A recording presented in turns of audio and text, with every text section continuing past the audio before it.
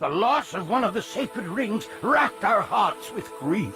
Putting aside our sorrow, we renewed our faith in the prophecy that other rings would be found, and see how our faith has been rewarded. Halo! In Halo 2, we've got a much bigger story to tell, and this story takes place in a lot of different places. We're going to send the player on this galactic romp from the ruins of Halo to the Prophet's homeworld, High Charity, to these amazing Forerunner facilities in the atmospheres of planets. The player is going to transition from mission to mission, from one unexpected place to the next. There is no doubt the storm will strike the facility. We start out with a sheet of paper and just try to generate ideas. What are the cool things that could happen on this mission? We'll bang our heads against the whiteboard and we'll call each other assholes, and that's crazy, and we can't do that, before we cobble together some unified plan which is going to work for the entire level. There's all this sort of high-level stuff. When you get into building it, you gotta have good encounters. You gotta have good arcing fiction on a 3 to 5 encounter basis.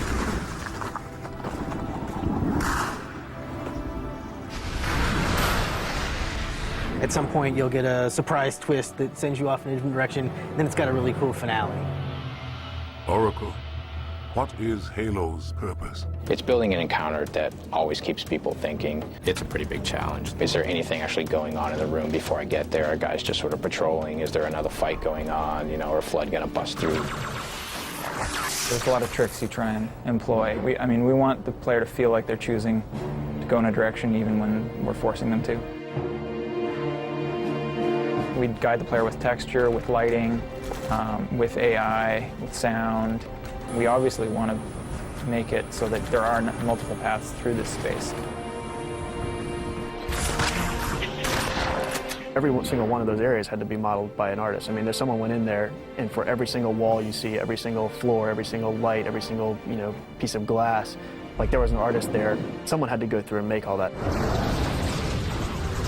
What I like most about Halo is that we don't build encounters and our AI doesn't act in a way that is very predictable.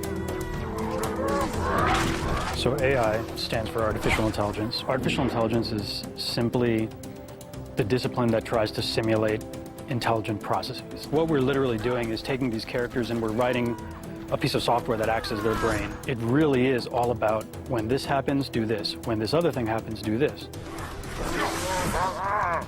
That's a lot where, like, the designers and artists step in, is deciding, well, we have all this cool technology, how are we going to use it, and how are you going to create this experience that the player can understand, that when, he sees a certain type of thing, that if he shoots it, it's going to blow up and it's going to destroy it and pass through it.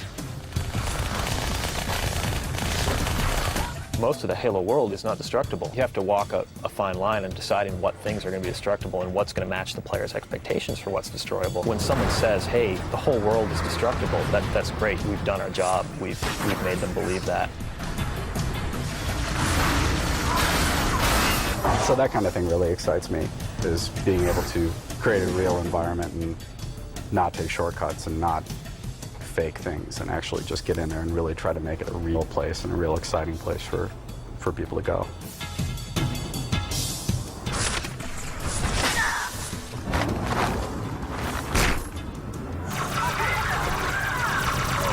If you can set it up so that each new situation is the problem that the player has to solve, like, he can do that over and over and over again. All the events that we're trying to create, we just want people to feel like they're the only ones in the context of this game that could do what they're doing. It's all about you saving the universe. Again.